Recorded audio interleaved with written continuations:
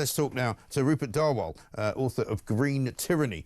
British gas boss has warned Miliband against outrageous energy bill divide. This is basically Ed Miliband's idea that what we should do is charge people with gas boilers more money so they can fund other people to get heat pumps. Completely mad idea, completely ridiculous. Rupert, very good morning to you. Good morning, Mike. And I see that Ed Miliband has now taken to speaking to school children about how he's going to save the planet and save them all their energy bills, which I think is a pretty despicable move by him. But, you know, his craziness doesn't really know any bounds, does it? No, it doesn't. And I think what's interesting is why British Gas are so alarmed by his boiler tax is 1/4 of households are paying their energy bills late. Yeah. And there is a crisis building up. There is over 2 billion of late payment of energy debt. And you can't hide what Miliband's trying to do is trying to hide the cost of renewables by putting it onto people's gas bills. But that's just going to raise gas bills and worsen the energy bill crisis. It's really problematic now, isn't it? Because, you know, we don't really have our own resources. You know, thanks to this government, we're not going to be exploring any more oil and gas in the North Sea. Instead, we're going to buy in from Norway from practically the same field, which seems ludicrous indeed to me. And the self-reliance isn't getting any better, is it? Yeah, I mean, one of the things that's forgotten in the energy debate is how the previous Conservative government powered past coal. Do you remember that? And Alok Sharma blowing up coal-fired power stations. And with that, we destroyed a lot of our energy security because it happens to be a fact that the cheapest form of electricity generation is coal-fired, and we just blew them up. Yeah. And we didn't replace them with new gas. We replaced them with wind and solar. And of course, we have a big problem when there's not enough wind and the sun's not shining. So this is an entirely homemade energy crisis. Right. And they've even admitted that actually, you know, they're not cutting emissions, they're effectively exporting emissions to other countries, aren't they? Yeah, I mean, that's right. So we're outshoring, offshoring our manufacturing industry to China and other Far East Asian nations where they have where carbon emissions are a lot higher. So we import it. We also are one of the biggest energy importers. There are two interconnections, and we just suck electricity, often from coal-fired power stations in the case of Belgium, through the interconnectors. So we are in a very risky position.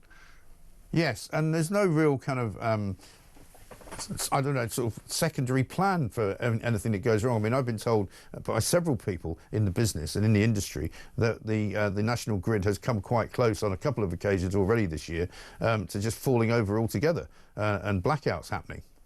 Yeah, so not only is wind and solar far more expensive, it destabilizes the grid, it makes the grid more fragile, as indeed we saw earlier this year in Spain and Portugal when they had a blackout for very nearly 24 hours. And yes, the rush to renewables and rush to net zero is making the grid more fragile and increasing the likelihood of blackouts.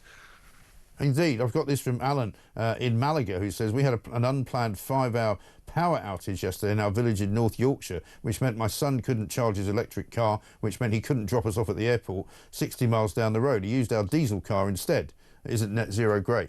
And that is the problem, because last week we had all this madness about electric cars. You know, the government's going to spend 650 million to encourage you to get an electric car. They're going to give you £3,750 of a grant. And then they're going to encourage you to put a sort of a little gully into your street so that you can charge have your own charge point coming out of the house. You know, it's literally pie in the sky.